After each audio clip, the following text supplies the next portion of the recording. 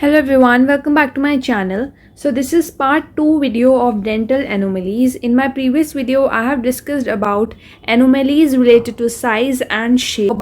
In this one, I'm going to talk about anomaly of number and anomaly of structure.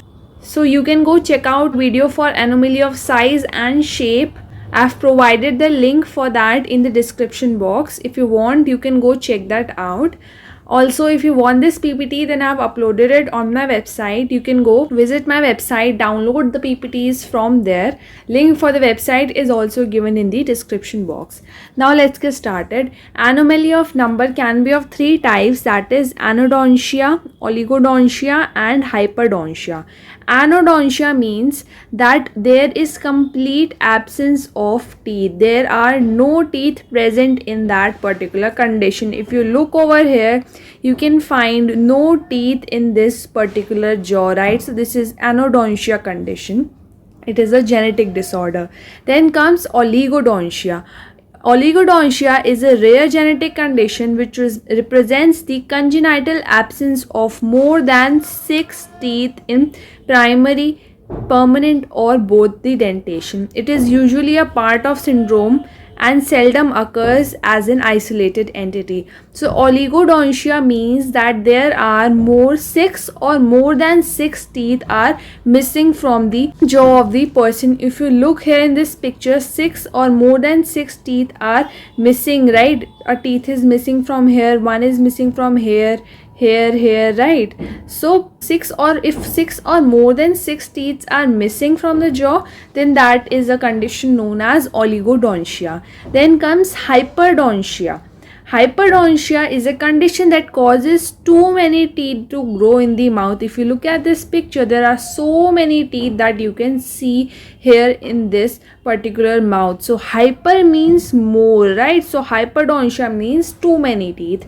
These extra teeth are sometimes called supernumerary teeth.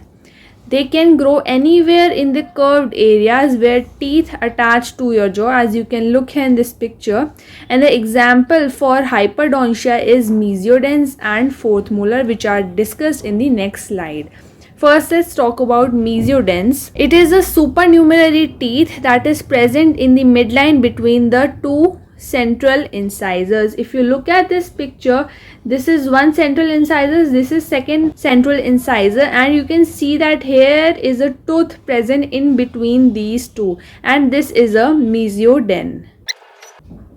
It usually results in oral problems such as malocclusion, food impaction, poor aesthetics and cyst formations. Then another example of hyperdontia is fourth molar.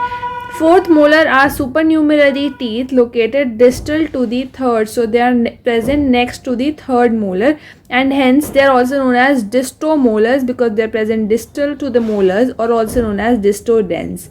The prevalence of fourth molar in the study population was found to be only 0.32%, so this is very rare, and fourth molars occur with approximately equal frequency in male and female. So the chances of the gender having the fourth molar are approximately same, that is both male and female has equal chances or probability of getting a fourth molar. Fourth molar are more common in the maxilla, that is the upper jaw. If you look at this particular picture, here is the third molar, this is the third molar, and here is the fourth molar. All right, now let's talk about the anomaly of structure. So first comes dentinogenesis imperfecta.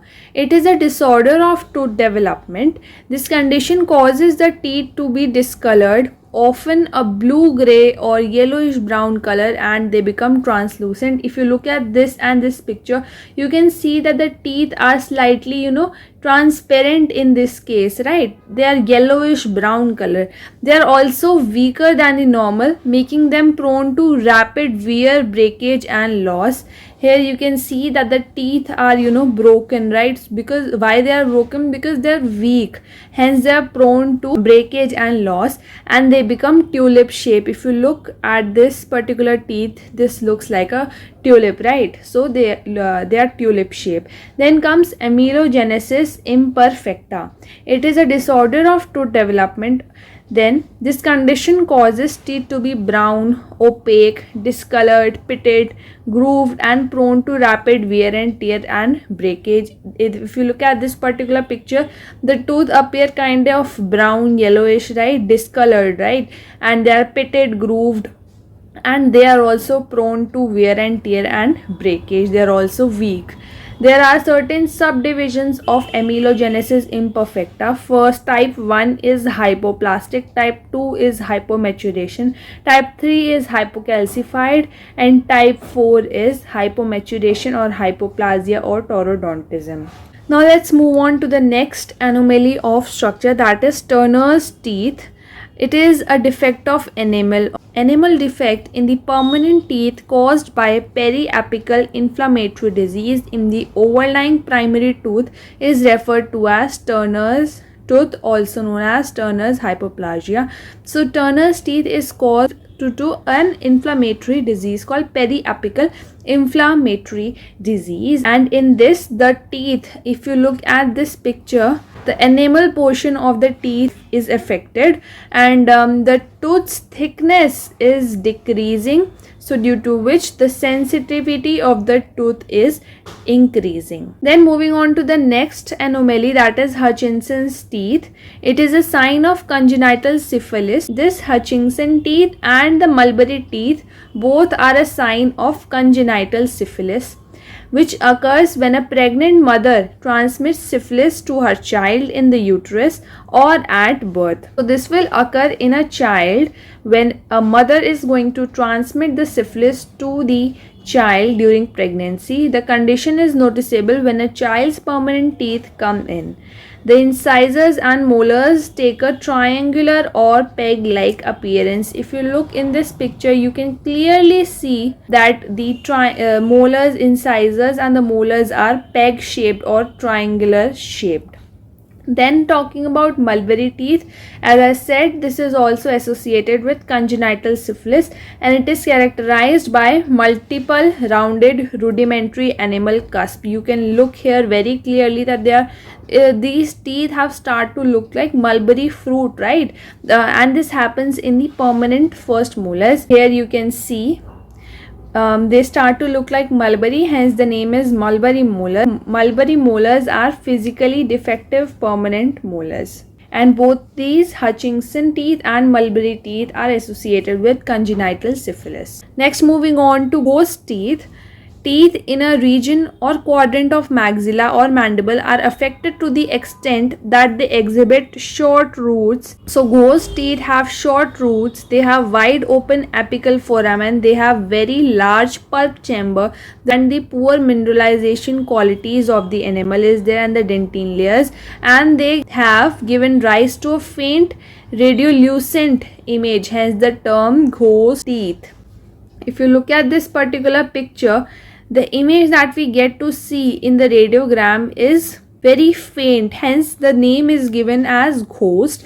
As you can clearly see that the root area present here, the roots were supposed to be there, but the roots are so tiny that we cannot even see them properly. So in ghost teeth, there are certain characteristics, that is they have very short root, they have very open, wide open apical foramen, they have very large pulp chamber, and there is poor mineralization of enamel and dentine. Then comes fluorosis.